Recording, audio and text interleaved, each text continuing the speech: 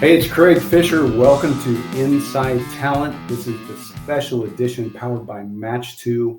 My co-host today is Elaine Orler from Match2, and we have Tim Sackett with us as well. Elaine, how are you? Tell us a little bit about what's going on with you. Oh, doing great. Catching up for all the holidays and get family time and all of those other pieces, but anxiously looking at the new year for all of our new prospects and clients. So spending my time starting to onboard new customers.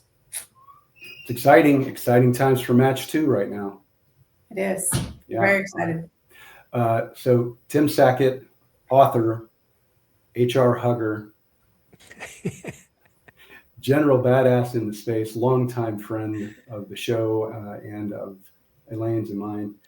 And welcome, Tim. How's it going? What's happening with you? Thanks for having me. Yeah, like Elaine, I'm off the road finally, I think, for the rest of the year with 2 weeks left. You're just like, hey, it used to be like we would have like this long period. It was like somewhere around November, right? Early November, it would stop. And it seems like now it just doesn't. And then you're like, okay, well, maybe I'll have January and February. It's like, probably not, but yeah, it's good times. Yeah. So I feel crowded with events at this point, right? I've been doing sort of small, intimate events since 2009, and now everyone wants to do that, and that's what everybody wants to participate in. So I guess it's okay for me, but also like you, I feel like we barely get a break during the year. Yeah, because it's so easy to like throw. I mean, I'd say you and I both know it's not easy to throw those together, but it seems like when there's like, oh, you can go to a city and get 12 or 15 or 20 people together. Like there's an opportunity for more of those. Right. And then you're just like, okay, I guess I'm flying to Dallas, for 2 days. Right. Yeah, exactly. And people are asking me to do these intimate dinners, breakfast, lunches things. I'm calling them Conversations with Craig. Nice. Which means that could be any vendor sponsoring it, right? So it's basically Conversations with Craig. It's all about me. And so, that's actually giving me back some. At 2 a.m., it's called Crack with Craig. It's way better. It's a lot more fun. The energy's off the charts. When I text you at 2 a.m., you know something's going on. There is something. It's not travel with Craig. It's not. That's right. But I do travel, so this might be a spin-off travel show at some point. That's right. It could be fun too. Yeah. That could be fun. I did make my status this year, which, given that you live in DFW, so everything is only half coast to coast. Right. Versus when I lived in San Diego and you got all coast to coast. So the fact that I made status is a little alarming at how many trips I had to take in order to do that. Elaine, that's what I'm doing this afternoon. I have to sit down and do my annual travel for taxes. And my CPA is like, I need everything. And you're just like, oh, it's like a 3-hour ordeal to go through week by week. Like where were you? How much did you pay? How much did it cost? So I actually pay QuickBooks bookkeeper to do that part for me. So I have bookkeeper and accountant. So I'm not hemorrhaging money. Trust me, I am. If you need a quick travel tool that's super easy, I know this is an infomercial for someone else. Yeah. But it's Naven. And if you're smaller than 5 people, then you get it for free. And you can instantly scan and you can instantly record all of those receipts and export the files. So I'm a strong proponent to right there in the minute, take the receipt, scan it, and be done with it. Because if I had to go find the paper trail, it will never happen. Yeah, exactly. Speaking of travel shows, in 2011 or so, Dice paid me to travel around the world with Bill Boorman. Oh boy. And do pop-up Dice shows, basically. And I've been to Australia with Bill Boorman, so I can understand. Same. Yes. Same. I have too. Yeah. Yep. We all have that one in commonality. We've all been to Australia with Bill. Well, Bill got us all involved in that, right? Bill introduced us all to Trevor, and that's how we knew Kevin kind of already. But we didn't have Naven then. And here's me trying to run around with Bill Boorman, of all people, with receipts just flying like hairpins coming out of him. But Tim, you and I got to know each other way back then before that. And you've been doing this for a long time. Tell us a little bit about your journey in getting into this crazy space and how you are enjoying recruiting leadership these days. Yeah. It's interesting because I started blogging like a lot of us got, into the space when there was like mommy bloggers and like a half a dozen like HR bloggers. And then we all kind of got connected through that as we kind of like started to build audience. And I was already in the recruiting kind of leadership space working. I kind of went back and forth from corporate HR, corporate TA, and then now run, a recruiting firm out of Michigan. And it was, it's one of those things where it's insane how like our networks have grown over time because of this thing called the internet where you could write on the internet. I always tell people, it's like, because people think you're an expert because you wrote on the internet or do write on the internet or post videos on the internet or do a podcast. And you're like, they allow anybody to do it. Like anybody, like low barrier to entry. That's right. There's a 4-year-old unwrapping toys on YouTube that makes more money than me. Like, come on, like, yeah, anybody can do this. Well, and so I think like all of us who really care about the space, you still stay tied to the work. And those of us who feel like we've actually got something to say that's important, we only say it when we do feel that. On a regular basis. Now, I've got a lot of opinions about what's going on these days, but do you still feel close to the work? Yeah, I mean, like I just got out of a Monday morning recruiting meeting with my recruiting leaders and my staff and the recruiters, and again, you get to hear the frustrations with LinkedIn or Indeed or their current, ATS or the current, all the candidate stories, like all of that stuff doesn't go away. So you feel like, you're still in the midst of working with recs and TA leaders on that other side. Cause that's the other piece of what I get to do is work with a lot of TA leaders in terms of, hey, how do we fix what's broken? Or how do we make it better? Or everyone today is like, should we use AI or not? And then if so, how? And blah, blah, blah. And so you get to kind of look at all that kind of cool stuff. And I'm curious too, do you find the biggest message I hear right now lately is there's just more volume than there ever has been before. And I remember recruiting in the days when you got hundreds of emails because that's how you got candidate information. And now we get it all in our ATS systems and now is it truly thousands? Is that really what we're dealing with on a regular basis? I'll give you an example of a conversation I had last week. So there's a recruiting leader in like Toledo, Ohio area.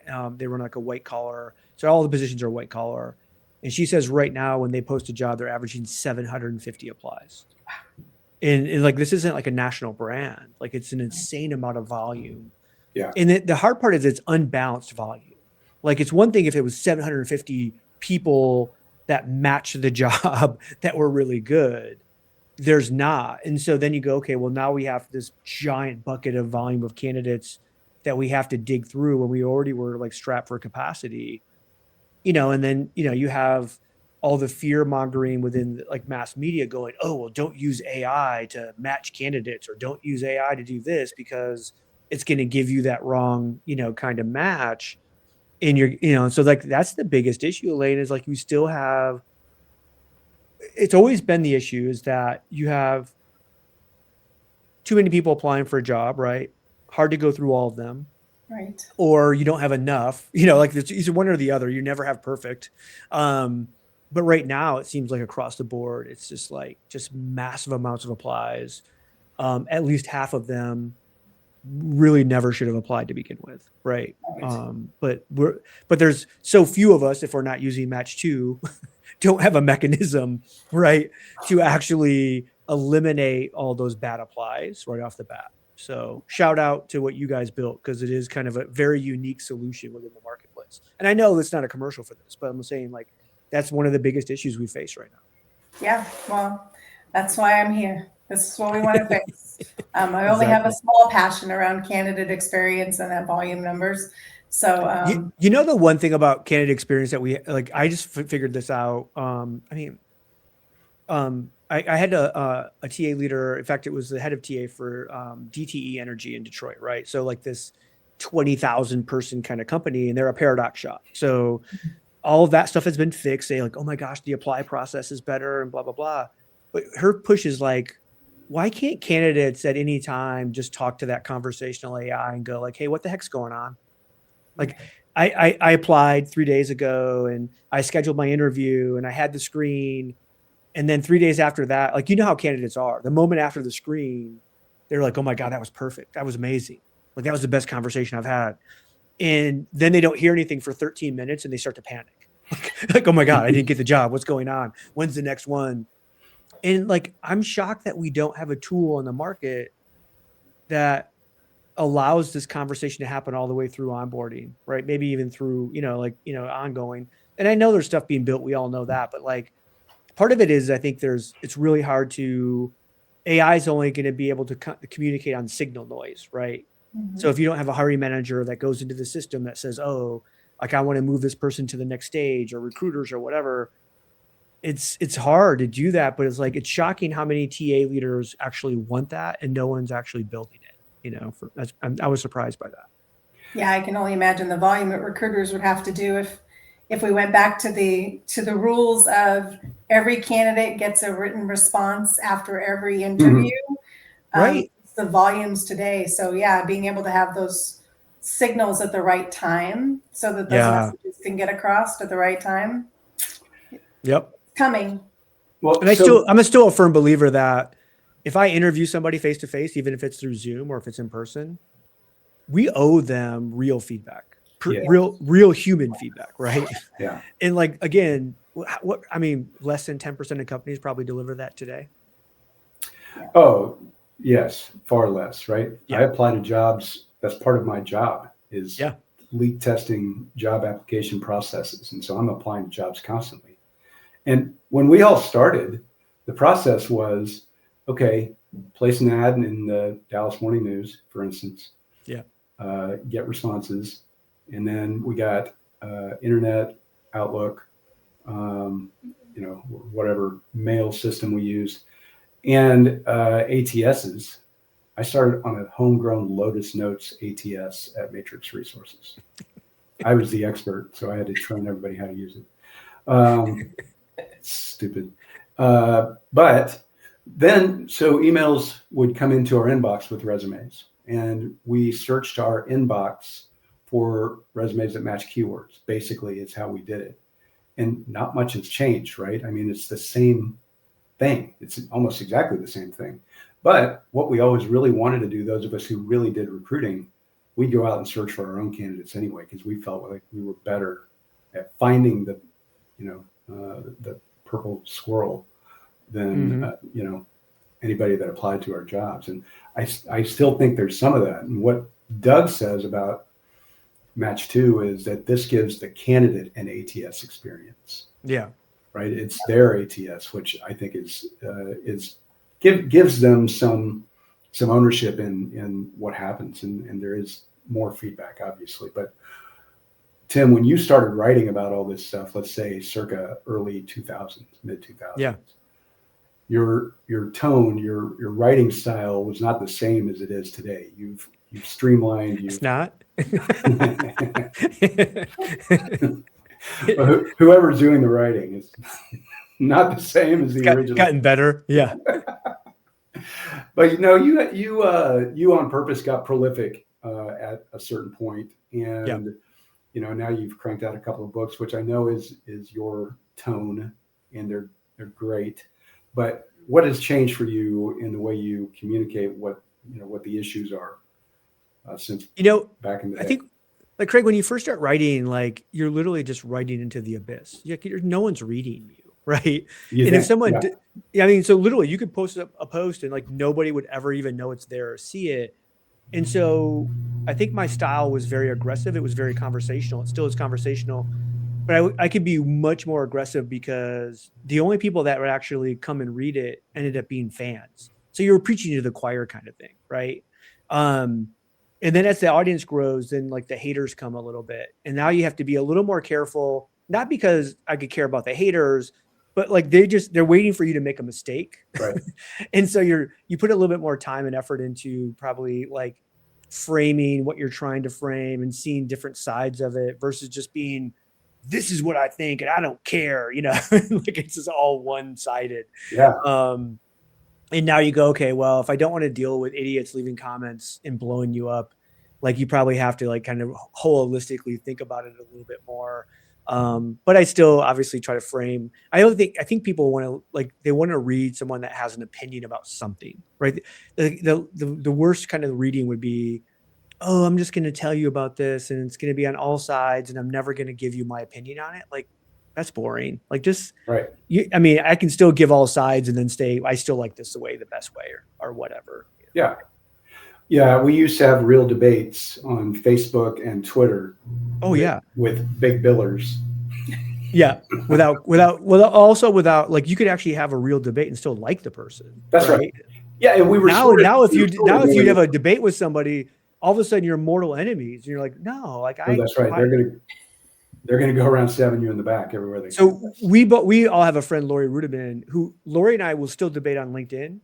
And it's funny because we're really good friends, but we can debate and people will literally message us privately and was like, oh my God, what's up with you? Are you okay? Like, and we're just like, we laugh at it. We think it's funny. It's like, no, you can actually debate with somebody. No, she's one of the more fun to do that with because occasionally she'll pick a side that's not even her side. For sure. Oh God. Yeah. Most of the time. Yeah. Yeah. It's fun. You guys came out to the TalentNet Live conference in June. Yeah. This year. In Chicago. Chicago. It was your first TalentNet Live each, and you both brought, very unique tones to the event, which I really appreciated. You said, and I've quoted you a gazillion times, and I might even have told you this when I saw you next. You said, we don't hire the best candidates. No. And then you also said, stop asking software developers to change their software for you. You're breaking their software. Yeah. I mean, the vendors constantly, the customization side of this, I think is ridiculous. It's like either buy something and use it the way it's developed or don't, right? Like you go find something else. But like we go, oh, like here's because, Craig, you and I both get to do this. And Elaine, you've actually done this in your career as well. It's like we get to go work with heads of TA and they'll go, hey, we suck at recruiting. We have a broken process. Can you help us? So we're like, okay, yeah, we'll come in.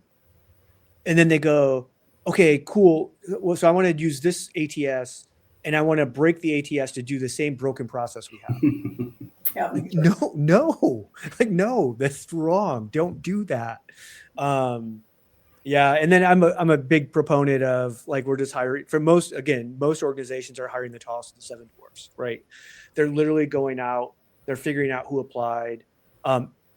And again, this is another kind of like out to like kind of what Match is trying to fix is what if we go back to my friend that had the 750 applies, right, for a white collar job. We know what happens from the recruiter standpoint. They go in, they probably take a look at the last 25 that applied. In those, they're going to find 10 or so that are decent. They're going to reach out to them. They're going to set up some screens, and then they're going to jam 3 or 4 to a hiring manager going, hey, here's the best. 98% of those candidates never even got looked at, right? Yeah. And so we don't really know who the best is. And then even the 750 that applied, they could be the worst talent in our entire marketplace.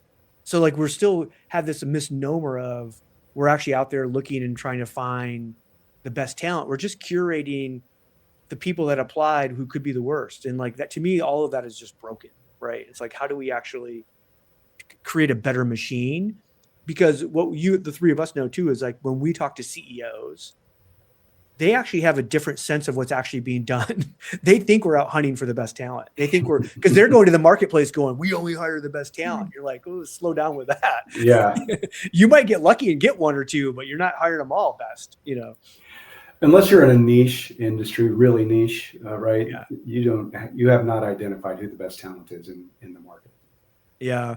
I was in a recruiting meeting this morning. I had 3 recruiters that are frustrated with a hiring manager because they're all working different recs for this one hiring manager. And they were just talking about like how like she hates everybody and blah, blah, blah. And I'm like, well, we hate that person. That's actually the one hiring manager in the entire company that actually probably is hiring noticeably better talent. Right. So yeah, they take longer to do it. They're pickier. They have more demands. And I've always said that, changing hiring manager behavior is the hardest thing to do organizationally, in certainly in HR and talent, but I think overall. But sometimes Well, I'm going to go back that to outlier is better. They're managers that have a responsibility to hire. So I always get back to, in the recruiting side, they weren't hired to be hiring managers. Yeah. They were hired to be managers. Well, now, most of the time they were we teach them to hire better? Because that's part of the challenge of they only have so many recs that they need to do, but how can we teach them to do better in the work that they need to do? It's hard to do. They're only managers because they were good at their old job. Yeah. They were a great individual contributor or whatever, right? Elaine, to what you spoke about right now, when I got hired at Applebee's, I went through this horrendous, long interview process. Like, I actually interviewed for 9 straight hours one day, which is crazy for when you think of it's Applebee's. It's beers, burgers, and fries kind of thing, right? Yeah. The very last question I was asked by the person that ended up hiring me, and speaks right to what you were saying, which is, she asked me, "Are you better than me?" And by the way, the rule in Applebee's at the time was she couldn't hire me if I said no. I had to say yes, I was better than her. Wow. They could only hire people better than themselves. That was our culture. And so, of course, I was lucky and also cocky enough to say, yeah, I'm better than you in these areas, right? And I look forward to learning from you in these other areas. That was enough of, yes, I'm better than you, kind of decision that she could take me. So that's a great. Can you imagine having, you have to ask this question of every single candidate, and if they don't say yes, then you don't hire them. Oh boy. Wow. Yeah. It's fantastic. That might be the best interview question. I might have to reinstitutionalize that. Just to see what they would say, right? Just to see what will be said. So I think most of us who have been trained on the interview side to say, oh, of course not. Oh my God, I can't wait for you as a leader to develop me and blah, blah, blah. That was not the case. No. Well, like you, young me probably would have said, probably. Yeah. I mean, after spending 9 hours talking, I'm pretty sure I'm better than you in a lot of ways. No. So many. Oh, that's that. Okay. All right. All right. So we've all got conference fatigue. Yeah. And it's not going to stop anytime soon. Will we see you in San Diego? I think so. By the way, that'd be the first time I've ever been to TA Week. Right. That's right. So yeah, I'm working on that right now, but I think I'm actually going to head that way. Okay. For your pencil this in, we're doing Chicago again for TalentNet Live June 1st. Nice. Okay. Love to have you back. Perfect. You might even get a corporate gift this year. All right. Look at that. Maybe we'll get you some Match 2 swag while we're at it. All right. Match 2 swag. That's right. But I have my spinner somewhere. It's in my backpack. What are you seeing at conferences lately versus what reality is? I mean, we have a lot of products that are built within the recruiting space that I think there's a lot of really cool AI tech that's there, but there's not enough real use case where you can actually share the story of every time I go to them, I'm like, cool, you have all these customers that are using you and you're doing tens of thousands of screens and blah, blah, blah. Cool. Let me talk to one of them. No. So then I'm like, is it vapor? Is it not real? What's really going on? Because I think at the end of the day, a TA leader wants to use the cool stuff out there that's working, but we're not sharing enough real stories of that stuff actually working. The other thing is, it seems like almost, I don't know if you guys get this feeling too, is like every product is being squeezed to the exact same product, which is an umbrella product that is top of funnel, will help you get into all the top of funnel. But then when you have all this top of funnel, then we have to help you kind of screen and massage out to get to the right people. And at the end of the day, it seems like every single product is just being built the same way, even though they're marketed as a CRM or an ATS or a screening or this or that. At the end of the day, when you look at it, AI is forcing this exact same pipeline of activity to happen, and every tool is built the same way. And I'm just like, it just seems like it's confusing for the end user buyer. And then the thing that frustrates me out of all of that is at the end of all of that, they go, and that allows your team to have more capacity to be more strategic. What the heck does that mean? Like literally, what does that mean? What are we going to do? More time building relationships. Yeah, right. And I'm like, well, what do you mean? What relationship? They just built a relationship with the AI who screened them and interviewed them, and now they're already scheduled for a hiring manager. Where do I fit in there, right? And again, I think there are ways that we fit in there really well in terms of recruiting, but we're not developing and sharing that story, which I think is just a miss for all these companies. Well, I think the big concern is it allows you more time to be strategic, allows you more time to work around the system that was implemented that doesn't really work in the first place. So it's potentially there's that opportunity there to, the 15 years of helping organizations put in these systems and identify and implement them and make the change effort that happens. We haven't said change management yet in the call, but we probably should, 5 times over, because unless there's a behavioral change with the product, there's no success. So no, 100%. Yeah. Well, and this is why software implementations fail, right? There's sure change management upfront, maybe, but then a leader who bought said technology changes out, right? Yep. There's turnover there. Yeah. Then there's turnover on the customer service team at the vendor. And then nobody's left to know what was agreed upon and what's supposed to happen next. That's half my job. Half the time is literally just fix that bit. Like we're stuck with XYZ. Yeah. For 2 more years. And I do think I think there's enough like small kind of use cases where people are like turning recruiters into talent advisor, but in actuality, not just by title, right? And what does that actually mean? And what does that look like between a manager that has a big group of people having somebody that actually owns talent on the team, right? Not only from an attraction standpoint, but from a development standpoint, from a retention standpoint, some of those things where you're going, how do we really support a manager of people over a long period of time to increase the talent on the team across the board? Like, I don't think very few companies have figured that out.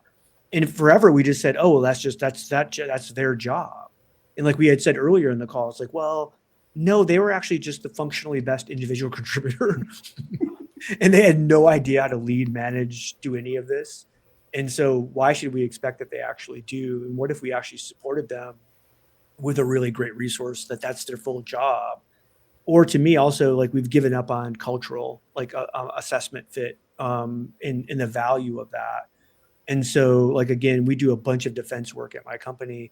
We recently had an issue crop up where I had a software engineer refuse to work on a missile project because she believed that it was going to harm people. You're working for a defense company. Like, that's what we do.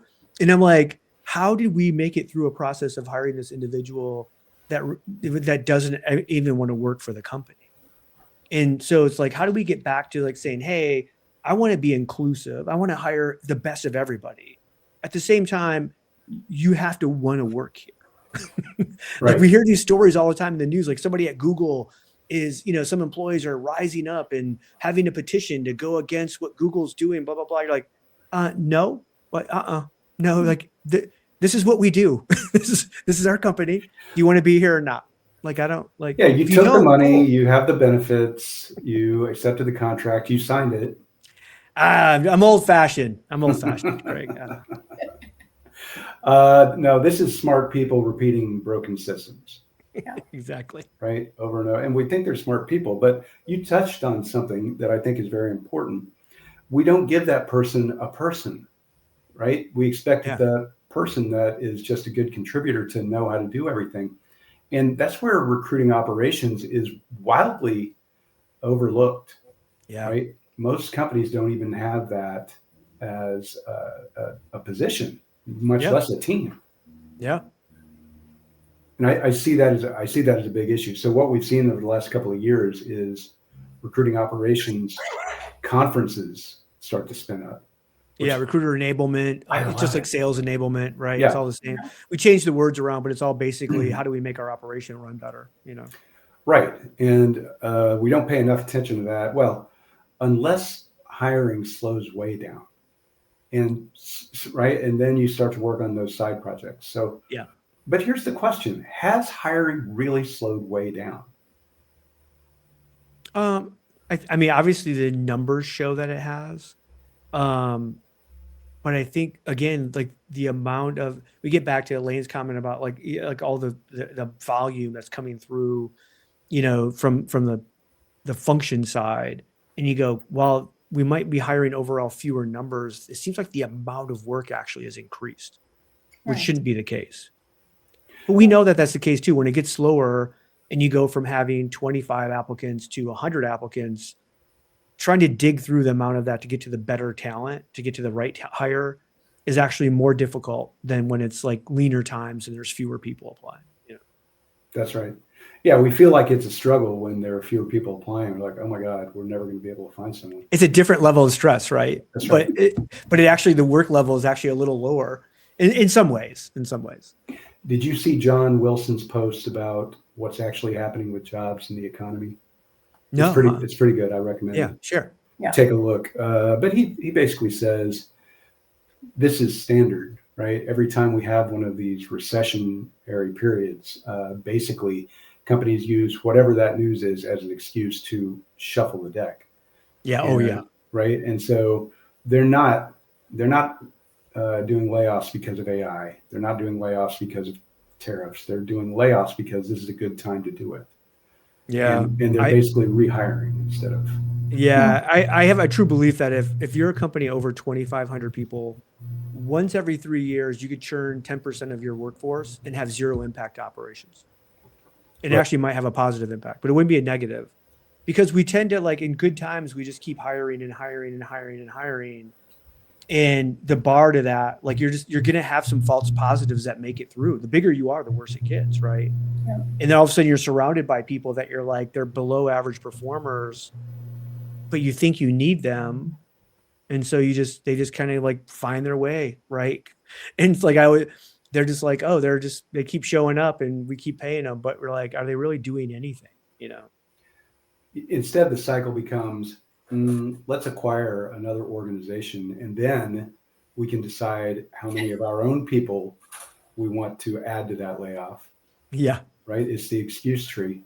And you know, what's fascinating about this to me is we talk a big game about internal mobility and retention and all of these things that we have this problem with.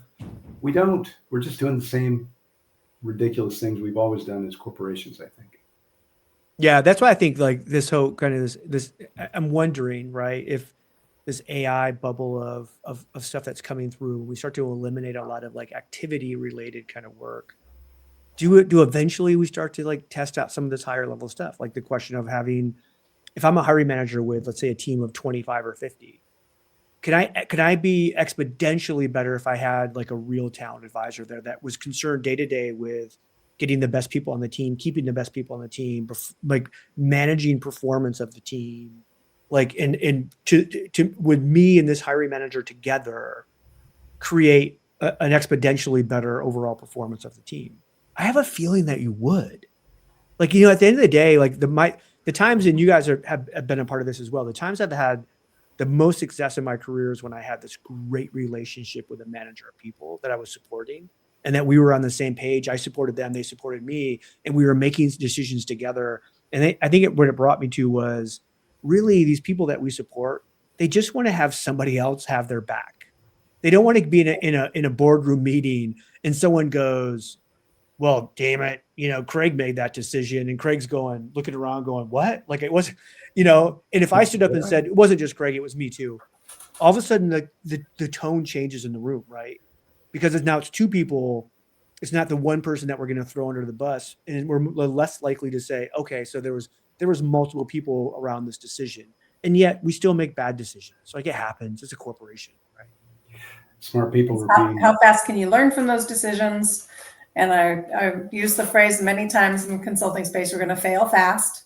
Yeah. you know, and we're going to pick ourselves back up and we're going to get moving again. Yeah. So we don't need to ponder it. We just need to recover quickly from those pieces. So exactly. I couldn't agree with you more. It's that partner relationship that I think is so valuable. And then from a consulting lens, that was always the best client engagements we ever had, was the ones that were willing to partner, and we protected them, they protected us, and it became such a successful engagement. And to this day, still have those relationships that stay. Elaine, this is a hack we actually teach our recruiters in my company, and it works really well. Is that when they're dealing with a hiring manager who is like dragging their feet on a decision, right? They're just like, oh, maybe we'll look at a couple more or something like that. If they have one that they know that the hiring manager kind of wants, but it's not 100% sure, we actually have them actually verbalize, if you make this decision, I'll sign off on it with you. Mm-hmm. And so we're both making the decision together to move forward, because I think it's more important that we move forward with somebody who's 95% there than we'll try to wait for 100% and potentially lose on the 95%. Right. And almost every single time the hiring manager goes, okay, cool. Like somehow they think, oh, if this person's like physically signing off that I also made the decision to hire with them. It's crazy how the psychological piece of that works to help them move forward on a decision when it's not themselves. So that answers one of my lightning round questions, right? A tactic that still works better than tech. That's brilliant. I love that. It's psychology. Yeah, 101, right? I'm here with you. Yeah. I'll put my stamp of approval on it. Well, and that positions you as a partner as well. It's great. For sure. Yeah. All right. What's one uncomfortable truth leaders avoid? More like questions. That they don't know how to measure the success of talent acquisition in their function. Facts. That's good one. What's one thing that still excites you about recruiting? One is like, I get excited by all the technology of it, because I just think like we continue to see startups, that are coming on every single year that you're like, oh, that's a better mousetrap, or that's a better way to think about something. And so like, I've been doing this now in the tech space within TA Tech for the last 15 years. And there's I never go to like the conference season, and at the end of the conference season going, well, I didn't see anything this year. Like, no, I see something every single year that's like, oh my gosh, this is groundbreaking. This is so cool. It's fun because I agree with you. That's what keeps me involved and interested. It's like, with my Chrome browser or my iPhone, right? Any new app, I'm like really excited to figure out and see how it works. And we get to do that almost every day in the recruiting space, which is really fun. All right. Tim Sackett, you are a gem. You are wonderful to have as a guest. Thank you so much. If people want to get a hold of you, where can they find you? TimSackett.com is the easiest one. I still own the SEO on Google until GPT decides we're no longer using SEO, and then I'll try to own that, whatever that is. So I've got thoughts on that. I wrote a paper about it. I'll send it to you. All right. Thanks for being here. Elaine, final thoughts? No, just a great conversation. Thank you, Tim, for the collaboration. I think the three of us have earned our stripes in this industry, and it's just been fun to reconnect. Yeah, I love talking shop, so this has been amazing. All right, thanks everyone. Until next time, we'll see you on Inside Talent.